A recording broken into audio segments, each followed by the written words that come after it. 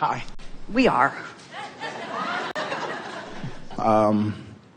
Is it possible that my negativity can be coming from others' negativity?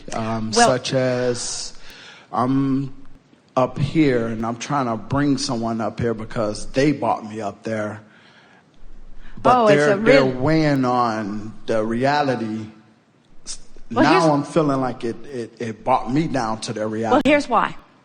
So you're focused upon something just because you want to feel good, and you're in the vortex. But when you're in the vortex, because you remember not being in there, you sure like it when others are in there because you want them to feel good like you've discovered. And then you notice someone not in. But because they're not in, they can't hear you. And when you talk vortexy, they think you're nuts.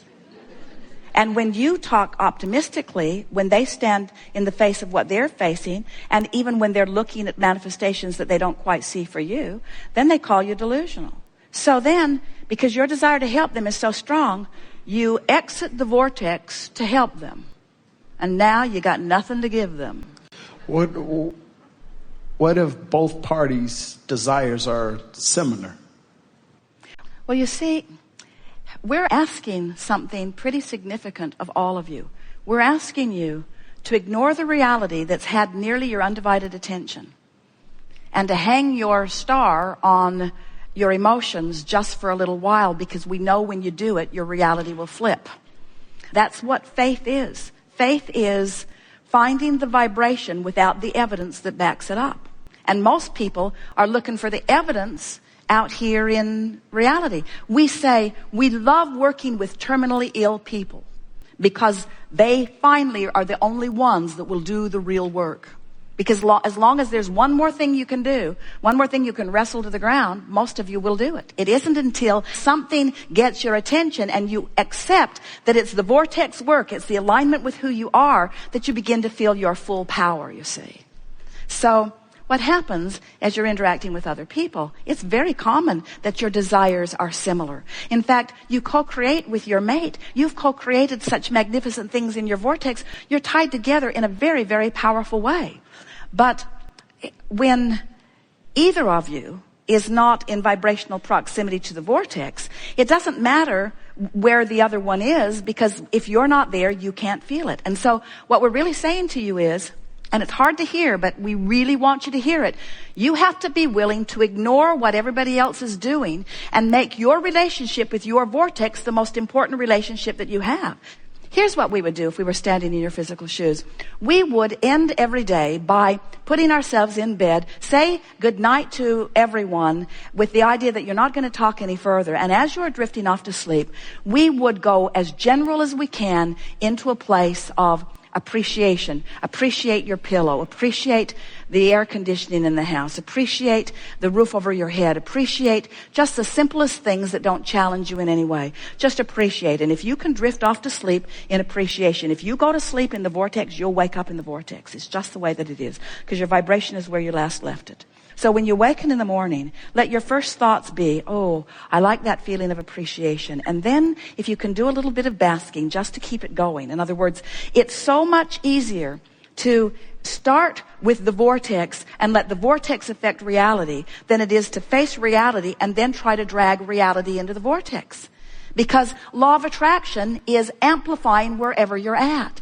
So if you have a relationship with someone who's really verbal, and so are you, and the conversation's going on around you a lot about what is, you make it hard for you to catch a moment where the vortex can take you in. Now, feel this picture. So you've put all of this into your vortex, and this larger part of you stands as the summoner of you. You're being called home to the fullness of who you are constantly.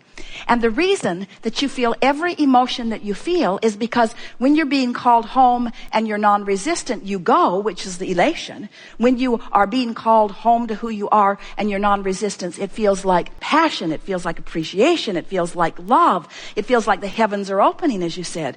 But if you've been talking it up about things that aren't working, and you've been opening the door and you've been noticing that what you're looking for isn't there, and the vortex is calling you, it feels like tension when you don't go.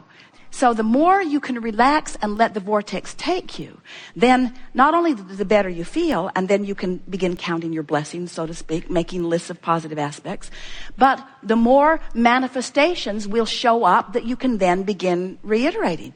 It would sound crazy to a normal person to hear Esther crowing about being called with no shoes to the gravel so that she could walk into the closet with no shoes on so that she could discover a problem that she didn't know she had.